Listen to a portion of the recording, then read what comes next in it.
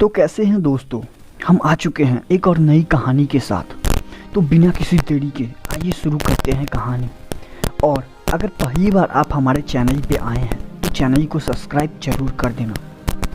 यह एक कहानी है जो मैंने अपने दादाजी से बचपन में सुनी थी।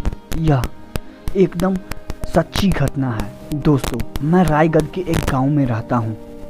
यह गांव रायगढ़ के मध्य से लगभग 80 किलोमीटर की दूरी पर है और इस रास्ते में एक घाट पड़ता है। यहाँ पर कई बार दुर्घटना हो चुकी है और इसमें कई लोगों की मृत्यु भी हो चुकी है।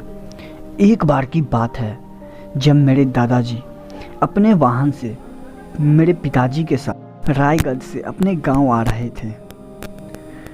रात के करीब 11 बज रहे थे और उसी घाट से गुजरना था और वहाँ पर उनको गाड़ी के सामने एक स्त्री दिखाई देती है जो उनकी गाड़ी को ज़बरदस्ती रुकवा देती है और कहती है मुझे आगे तक छोड़ दो। तो मेरे दादाजी उस स्त्री को अपने वाहन में बैठा लेते हैं अपने वाहन में, क्योंकि रात बहुत हो चुकी थी। तो उसकी वह मदद करना चाहते थे, परंतु थोड़ी दूर जाने के पश्चात मेरे दादाजी की नज़र अचानक उसके पैरों पर पड़ी।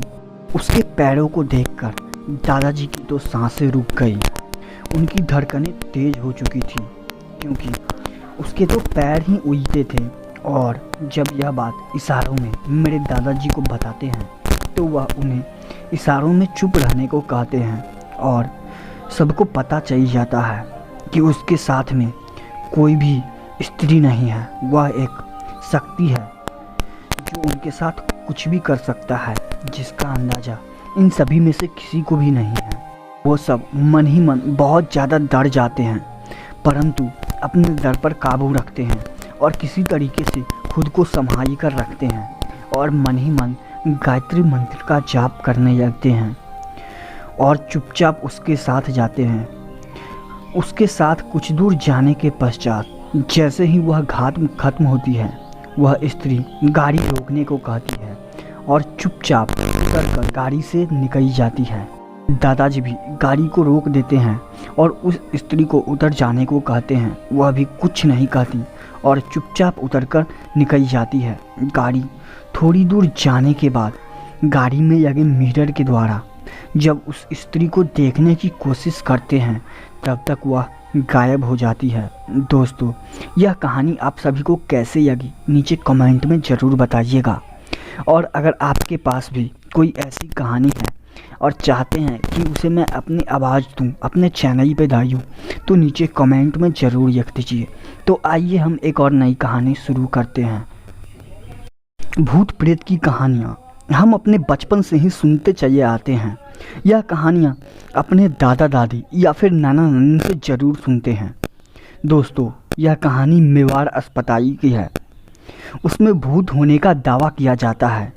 यह किस्से में कितनी सच्चाई है इसी से समझा जा सकता है कि आज भी शाम होने पर गांव में बच्चों को अस्पताल में भूत से डराकर चुप कराया जाता है।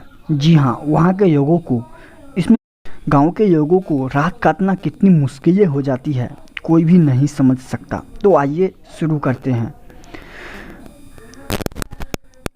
मेवाड़ जिले के परदाहा गांव में रैनी गांव में एक स्वास्थ्य केंद्र है। वह खंडर हो चुका है। यहाँ का मंजर झाड़ियों और खंडरों के चलते डरावना हो चुका है। दिन में भी लोग इस रास्ते से जाना पसंद नहीं करते। घनी झाड़ियाँ होने के बावजूद रास्ता इतना साफ दिखता है जैसे अभी किसी ने साफ किया हो, जबकि बनते वक्त वहाँ कोई भी सफाई नहीं थी। गांव वालों की माने तो अगर दिन के 12 बजे अस्पताल के पास से कोई भी गुजरा तो उसकी हालत ख़राब हो जाती है। कई बार तो लोगों को लगता है कि अस्पताल में खूब भीड़ है और वहाँ रोने की आवाज़ें आती रहती है। यही नहीं, खौफ इस बात की भी होती है कि पक्षी भी इस खंडर की दीवारों पर नहीं बैठते। सूरज डूबते ही गांव के लोग उस रास्ते को ऐसे भूल जाते हैं जैसे वहाँ कुछ हो ही नहीं।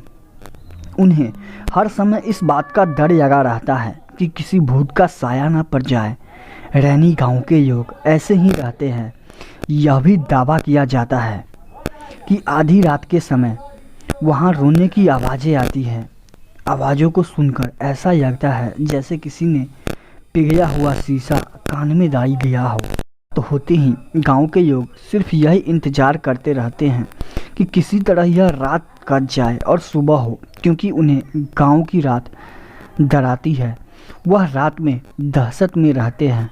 तो दोस्तों, यह कहानी कैसी लगी नीचे कमेंटों में ज़रूर बताइएगा, और चैनल पे पहली बार आए हैं तो चैनल को सब्सक्राइब ज़रूर कर देना। आज की वीडियो में बस इतना ही।